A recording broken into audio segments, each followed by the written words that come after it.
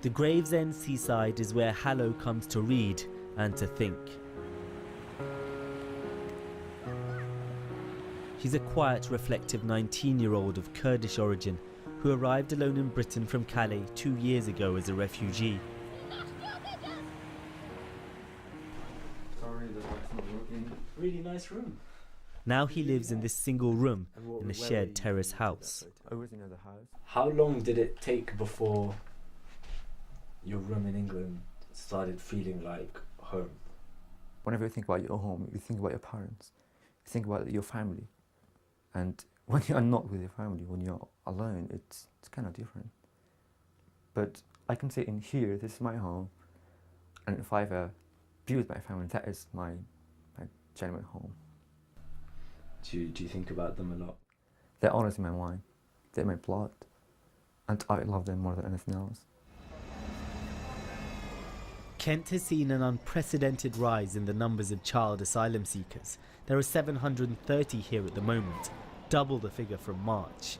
The council says despite Home Office funding, they face a £6 million shortfall. Adult asylum seekers are distributed across the country, but unaccompanied children have to be looked after where they first arrive.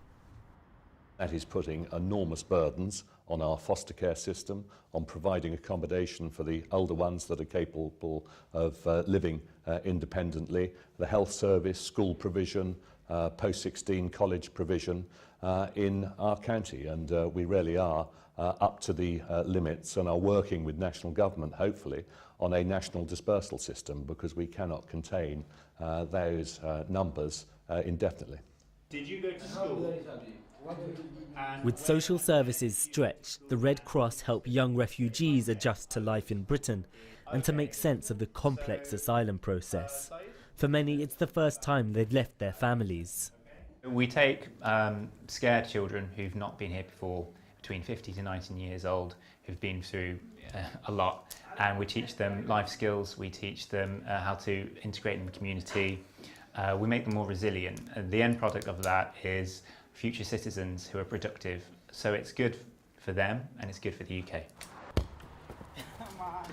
Jonathan, whose identity we're protecting, is a 17-year-old Eritrean who arrived here 2 months ago, hiding beneath a lorry from Calais. He saw even worse scenes passing through Libya. If you talk or if you speak about anything, already the Libyan person is killed. So I saw most of Eritrean people is lost in Sahara, and in Libya most are killed. It's very dangerous. Once a child refugee arrives in Kent, they're sent to the Millbank Reception Centre in Ashford for 6 to 8 weeks. If they're under 16 or a girl under 18, they're placed with foster families. Yeah. So the pasta's ready now. Pasta's ready now. If they're a 16 or 17-year-old boy, they're then put in houses with 3 or 4 others, like this one Hallo still lives in.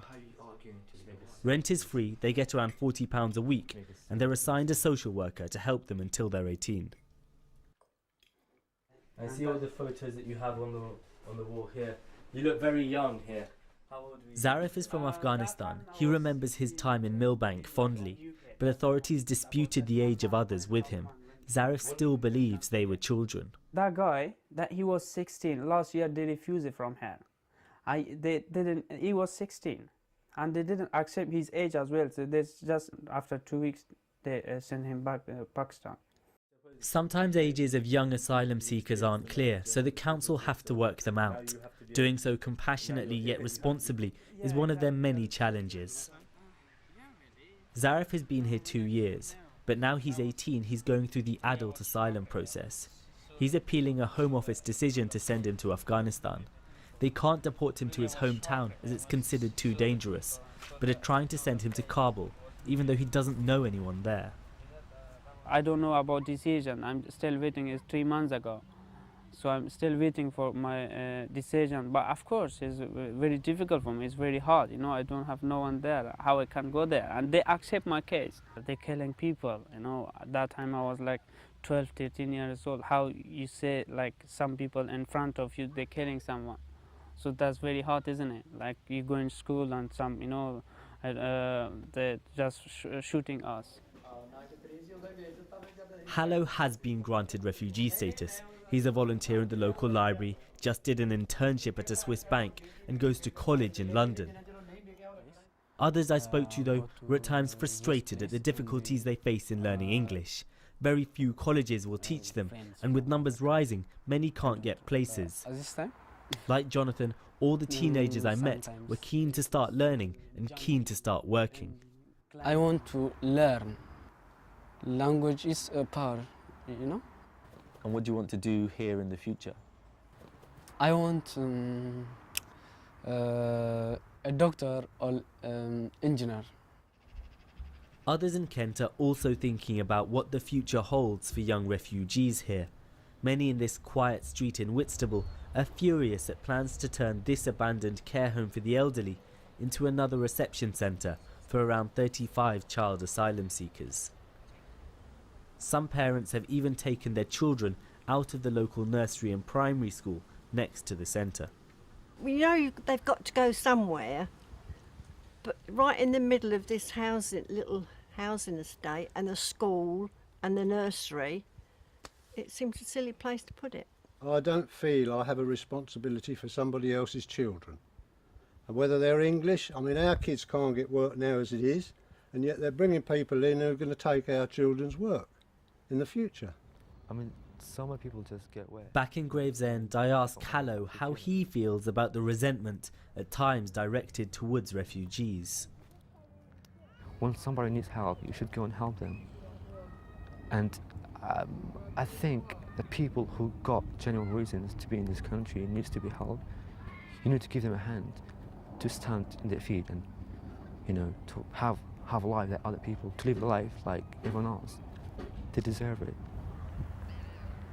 Few of the children arriving in Kent as refugees have any idea what life here is like, but they hope it's somewhere they can eventually call home.